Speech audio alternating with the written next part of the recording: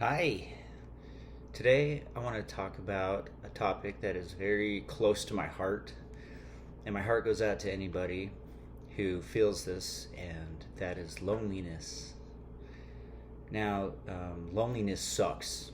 Okay, it just does. If you're feeling it, it sucks. I don't think anyone likes feeling lonely. Now, it is. It can be helped by unknowing. And I'll tell you how in this video. So sit tight, get yourself a cup of hot chocolate, and let's begin.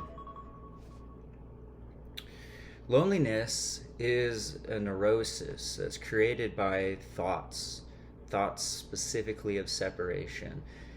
And if you think about science and evolution, it makes sense too that that if an animal is all alone without a herd, then it doesn't have the same kind of protection that the herd would provide it. And I think feeling of loneliness, at least for humans, is pretty natural. So I have a story in my life where I felt desperately lonely. I was married for about 5 years and had a son, and about 5 years into the marriage, we were going through some tough times, and we decided to separate. And so I was left, just living alone in the house, and the feeling of loneliness came over me. It was so strong. It was like unbearable.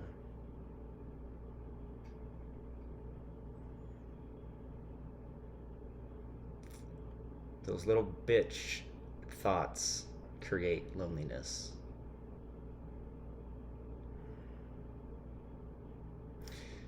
So what is unknowing, and how can unknowing help with this? Well, unknowing is the exact opposite of knowing. And what thoughts are seeming knowings. All thoughts want to do is know, and they'll spin and loop and spiral to try to know the situation, know everything. They're crazy. It's neurosis. At the time, I was struggling deeply with OCD, specifically pure OCD, which is the compulsion is to think. And so I'd be cooped up in my apartment by myself, just me and my thoughts, and they would spin around and spin around nonstop, and there's nothing I could do about it, it seemed. And it just felt just terribly lonely. So let's dive into this unknowing. So for me, the way unknowing works is using the very words and thoughts to kind of negate them. So right now, just take a deep breath.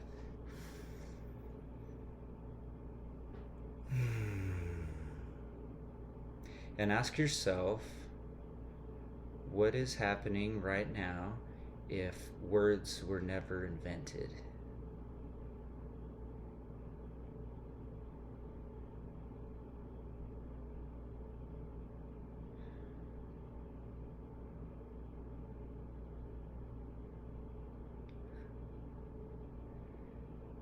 Here's another one. Who am I if there was no such thing as the word I? Then who am I?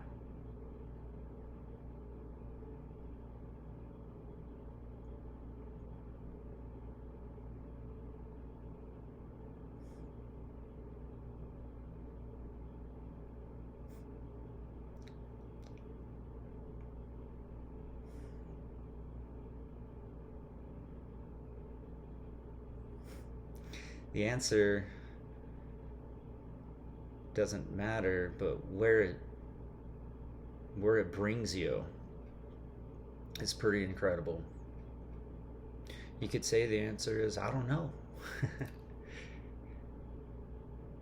What is happening now if words were never invented, if words don't exist? Well, even the word I don't know doesn't exist, but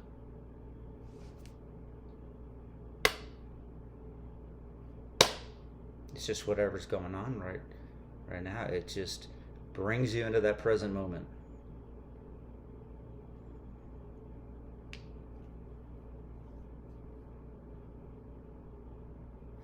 Michael Jeffries is a speaker I love, and he has a question that he asks that I love. What else is here besides thoughts?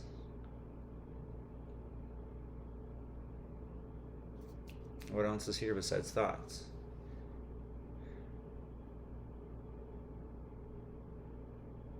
Now, the mind doesn't like these questions. It hates these questions. So the mind's just a thought generator.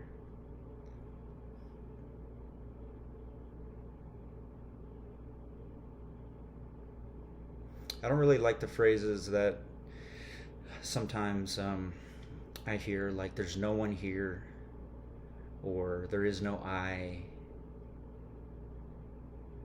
because how do we know that? That's another knowing, isn't it?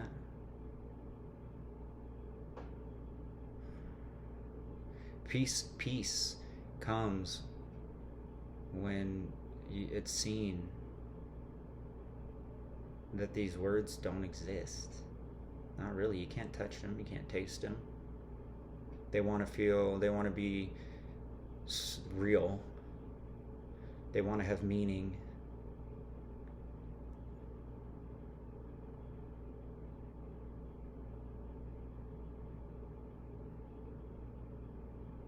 But the mind and neurosis and the thoughts are what create the loneliness, because the thoughts come in and say, you're alone, you're separate. Now, without these incessant thoughts, then what is separation even? What is separation if the word I was never invented? Or me?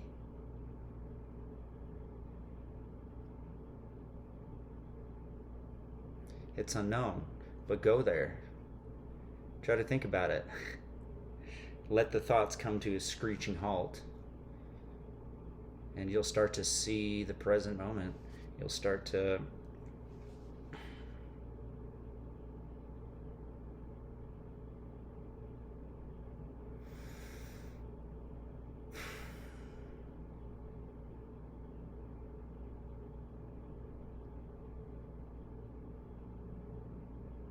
I'm very blessed now to not be plagued by loneliness. And I can't attribute that particularly to one thing, but I know a big part of it is when the unknowing happened, the seeing through of the illusion of words and thoughts, when they kind of drop and fall away.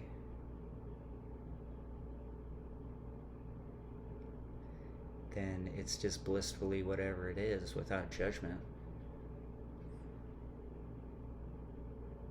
Alone? What's that? Not alone? What's that?